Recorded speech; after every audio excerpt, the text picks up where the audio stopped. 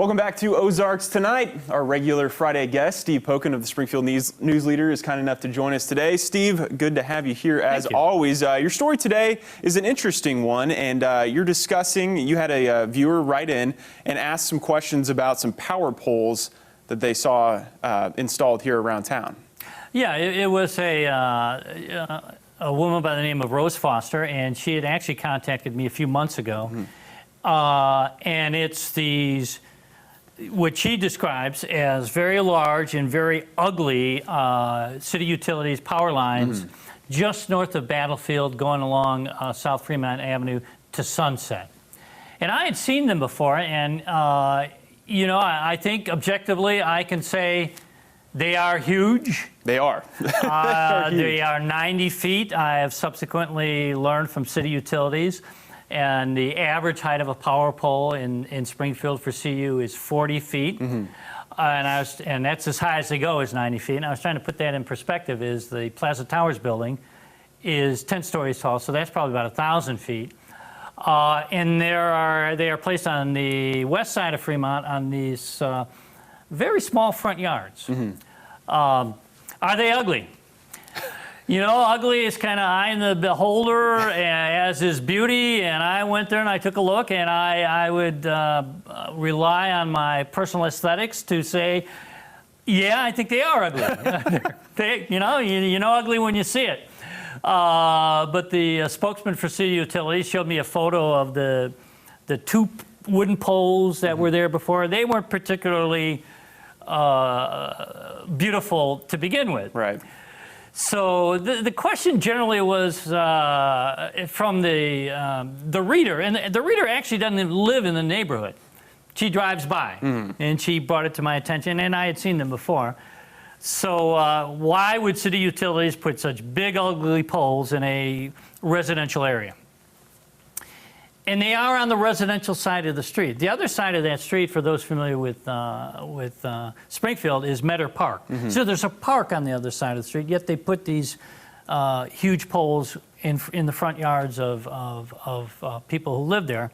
And it was part of a project that spruced up the intersection at Battlefield and South Fremont and goes to Sunset.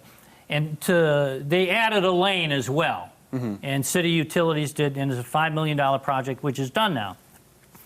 So, you know, I thought, okay, I can write this, but the person who is complaining about it doesn't live there, you know.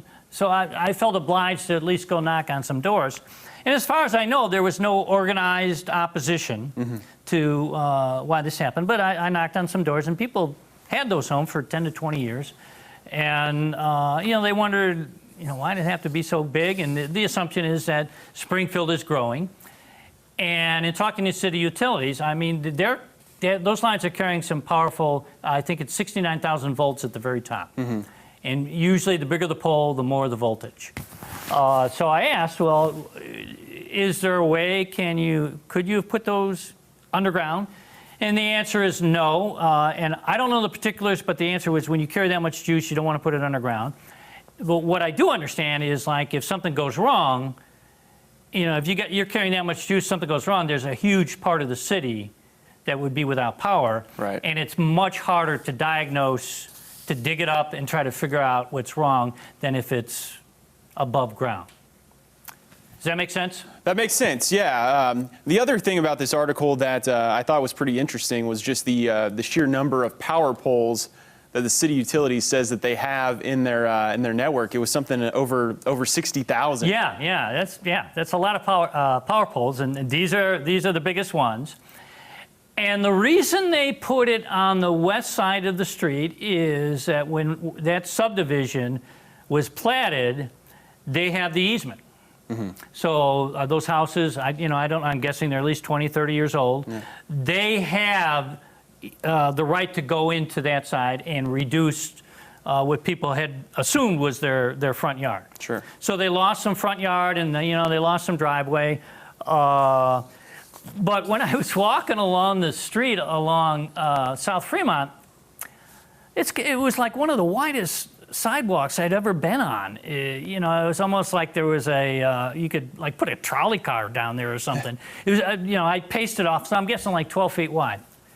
So I asked about that as well, as did some of the residents. They say, you know, Mentor Park is on the other side, and they redid the street lights and the sidewalks there, and it's a regular width sidewalk. So why did they put the huge sidewalk, concrete, where the people live? And according to the city, they're always, wherever they can, whenever they do a project, it's called a multi-use path. I said, well, it doesn't connect to anything.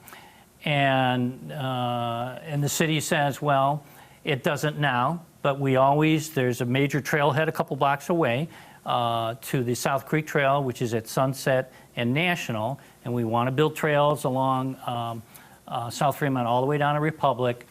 So in the grand scheme of things, you might not see a connection now, but we're always looking to connect paths. So that's why they put it on that side. One thing I've always noticed about when you see a story on TV or wherever, not when you talk about something, you may have not noticed these power poles, but I bet a lot of viewers at home are going to start noticing them after they watch the segment, because they really are pretty large. When's the story coming out in the Newsleader? On Sunday. Okay, story will be there on Sunday. If folks at home want to pick up a copy, you can read it there. Our normal Friday guest, Steve Pokin with the Springfield Newsleader. Steve, thanks for coming. Oh, my pleasure. Thank you. All right, we'll be back with more Ozarks Tonight right after this.